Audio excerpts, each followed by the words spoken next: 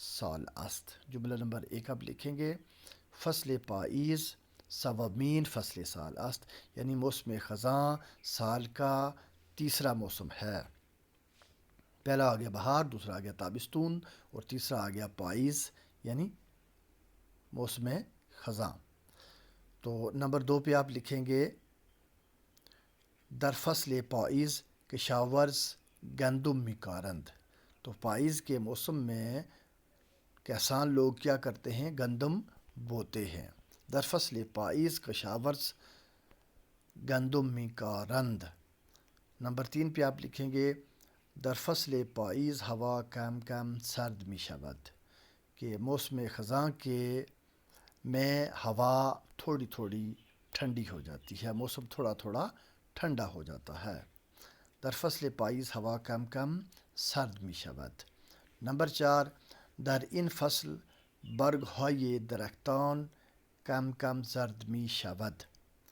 اس موسم میں درختوں کے پتے تھوڑے تھوڑے پیلے ہو جاتے ہیں. دوبارہ سن لیں، در این فصل برگ های درختان کم کم زرد می شود. اور نمبر 5 در فصل پاییز همه میوه ها پخته می شوند. موسم خزاں میں سب میوے جو ہیں، سب پھل پختہ می شوند پک جاتے ہیں، یا می رسند بھی لکھ سکتے ہیں آپ، یعنی پک جاتے ہیں. تو یہ 5 جملے آپ کے تھے. تو پھر نیچے ہے اس میں ہفت تا میوے ہائے مختلف بھی نویسید، یعنی 7 مختلف میووں کے پھلوں کے آپ نام لکھیے. تو آپ لکھیں گے نمبر 1 پر بہ یعنی بہی، یہ آپ پیچھے والے لیسن میں دیکھ بھی سکتے ہیں کیونکہ اس میں سارے پھلوں کے نام دیے گئے ہیں تاکہ آپ کو لکھنے میں دقت نہ آئے. بہی، پرتگال، سنترا، سیب، سیب، ہلو، آڑو، بادام، گردو، اخروٹ، انگور کو ہی کہتے ہیں. انار بھی فارسی میں انار کو کہتے ہیں. تو اس کے بعد ہے نمبر 3 جملہ های زیر را به انگلیسی ترجمہ کنید. نیچے دیے گئے جملوں کو انگریزی میں ترجمہ کیجیے. آپ انگریزی میں ترجمہ کیجیے. من امروز خسته شده ام و نمیتونم درس بخونم. اور یہ نمی توانم ہے اور اس کا تلفظ فارسی میں تونم، یعنی جس کے معنی توانم توانستن سے ہے. توانستن کے معنی ہیں سکتا، سکتے، سکتی. اسے انگلش میں کین کہتے ہیں. تو نمی تونم اس کا تلفظ کیا جاتا ہے، اور بخانم بخونم.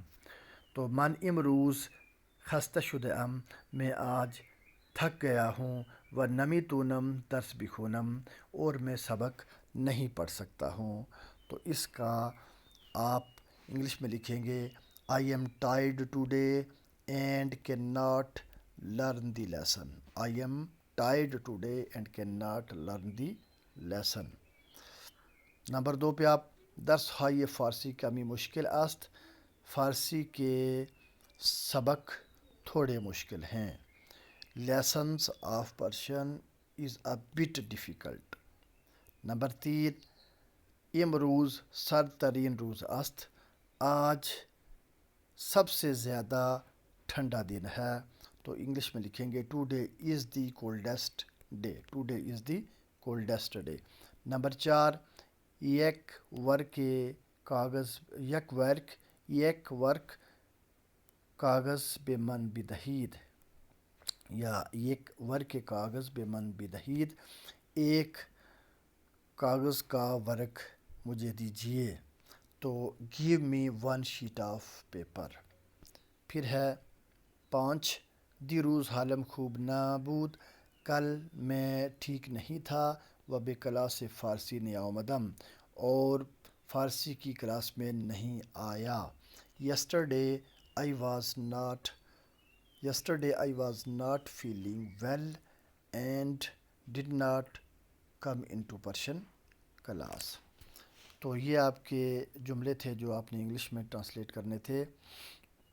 پھر ہے نمبر 4 آپ کی تمرین کا، جہاں یہ خالی را بواجہ یہ مناسب پرکنید، خالی جگہوں کو مناسب لفظوں سے آپ پر کیجئے۔ تو نمبر 1 ہے آپ کی خالی جگہ، استاد با ڈیش ڈیش روئے تخت سیاہ نوشت۔ تو پہلی ڈیش میں آپ لکھیں گے استاد با گچ، گاف اور چے گچ۔ مجھے امید ہے کہ آپ لکھ لیں گے۔ استاد با گچ، گچ کہتے ہیں فارسی میں چاک کو، تو استاد با گچ روئے تخت سیاہ نوشت، استاد چاک کے ساتھ بلیک بورڈ پر لکھتا ہے۔ نمبر 2 من با ڈیش ڈیش تخت سیاہ را پاک کردم، تو جس سے ڈسٹر کو صاف کیا جاتا ہے اسے پاک کن کہتے ہیں، تو ڈیش میں آپ پاک کن لکھیں گے، من با پاک کن تخت سیاہ را پاک کردم، میں نے ڈسٹر کے ساتھ بلیک بورڈ کو صاف کیا۔ تو نمبر 3 پر آپ آئیں گے، خالی جگہ نمبر 3 پیدرم سی سال از من ڈیش ڈیش است، تو ڈیش میں آپ لکھیں گے بزرگ است یعنی بڑا ہے، تو پیدرم سی سال از من بزرگ است۔ پھر ہے نمبر 4 ڈیش ڈیش در ده زندگی می کند، ڈیش ڈیش یعنی او در ده، وہ ڈیش میں لکھیں گے او، وہ در ده وہ دیہات میں زندگی می کند زندگی بسر کرتا ہے۔ نمبر 5 دریائے جہلم در ڈیش ڈیش است، دریائے جہلم در سری ناگر است۔ اچھا نمبر آپ 6 پہ لکھیں گے ڈیش ڈیش پائے تخت کشمیر است، تو سری ناگر پائے تخت کشمیر است، سری ناگر لکھیں گے آپ خالی جگہ پر۔ نمبر 7 مامی تو نیم کمی ڈیش ڈیش بخونیم، مامی تو نیم کمی درس بخونیم، کہ ہم تھوڑا سبق پڑھ سکتے ہیں۔ نمبر 8 صبح زود از خواب ڈیش ڈیش، تو صبح زود از خواب بیدار میشویم، ہم صبح روزانہ نیند سے جلد جاگ جاتے ہیں۔ تو پھر ہے آپ کی تمرین کا سوال نمبر عزیز طلباء 5 ہے، آپ اپنی اسکرین پر دیکھ سکتے ہیں۔ آخری سوال ہے آپ کی اس لیسن کا، اس درس کا، ماہ چاند کو بھی کہتے ہیں اور ماہ مہینے کو بھی کہتے ہیں، تو ماہ مہینوں کے سال 9 مئی ایرانی سال کے مہینوں کے نام را ازبر کنید، آپ یاد کیجئے، ٹھیک ہے جی، سال کے مہینوں کے نام آپ یاد کیجئے۔ تو پہلا مہینہ ہے فروردین، یہ فروردین میں آپ کو بتانا چاہوں گا کہ اسے فارسی میں اردو میں کیا کہتے ہیں۔ فروردین اردو میں یا ہمارے حساب سے مارچ کو کہتے ہیں، اور میں اگر آپ کو واضح کر دوں، آپ اگر یاد رکھیں گے تو مارچ جو ہے یہ 21 مارچ سے پہلا دن شروع ہوتا ہے، ایرانین سال کا پہلا دن 21 مارچ سے شروع ہوتا ہے، 21 مارچ سے لے کر 20 اپریل تک ان کا کیلنڈر کا حساب ہے، چونکہ 21 مارچ کو نوروز ہوتا ہے ایران میں، اور نوروز سال کا پہلا دن تصور کیا جاتا ہے ایرانی حساب سے۔ تو فروردین یہ موسم بہار کا پہلا دن 21 مارچ سے شروع ہوتا ہے، تو فروردین مارچ کو کہتے ہیں، آپ یہ یاد رکھیں گے موٹے طور سے۔ اردی بہشت اپریل کو کہتے ہیں، اردو میں اردی بہشت اپریل کو کہیں گے، اور خرداد مئی کو کہتے ہیں، تیر جون کو کہتے ہیں، مرداد جولائی کو کہتے ہیں، شہر یور اگست کو کہتے ہیں، مہر ستمبر کو کہتے ہیں، اور آبان اکتوبر کو کہتے ہیں، آذر اکتوبر نومبر کو کہتے ہیں، اور دسمبر